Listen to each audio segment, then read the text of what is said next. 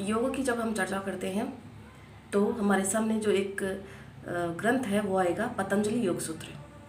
पतंजलि योग सूत्र में हमने पढ़ा था, समझा था, अथ योगानुशासनम योगश्चित्त वृत्ति निरोध है।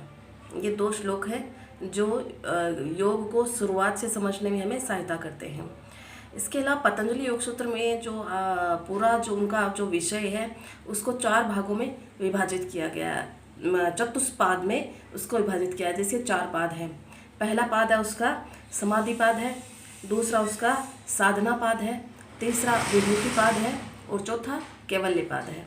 अब जो इसमें जो समाधि पाद है, पहला पाद, समाधि पाद में योग की सामान्य साधना और योग के जो सामान्य सिद्धांत है उनका और एकाग्रता की अवस्था का इसमें विस्तार से वर्णन किया गया है। यह योग का है समाधि पाद। दूसरा जो इसमें साधना पाद है उसमें योगाभ्यास और विभिन्न क्लेशों को दूर करने पर चर्चा इस पाद में की गई है।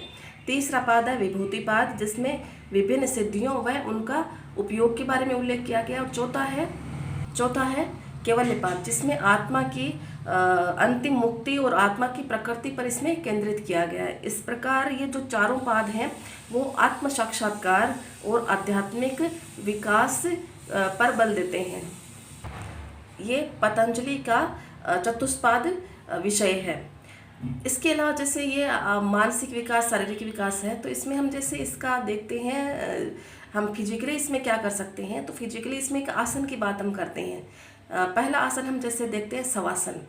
शवासन क्या है? शव प्लस आसन, यानी जिसमें जो साधक है उसको शव की तरह निश्चल पड़े रहना है। इसमें किसी प्रकार की ना तो उसमें शारीरिक गति होती है, शारीरिक फिजिकली मूवमेंट उसमें होता है, और ना ही उसमें मेंटली कुछ एक्टिविटी पाई जाती है।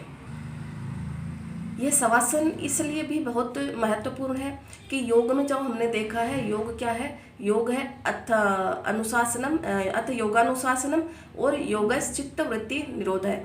तो जब आप शवासन करते हैं तो आप बिल्कुल मुर्दे की तरह पड़े रहते हैं, उसमें किसी प्रकार की हलचल नहीं हो सकती है। सिवाय आपको ये ध्यान रखना है कि ये भी ध्यान नहीं रखना उसमें कि आपकी श्वास प्रश्वास जो चल रही है बिल्कुल मुर्दा जो होता है बस उस तरह से उसमें पड़े रहना होता है।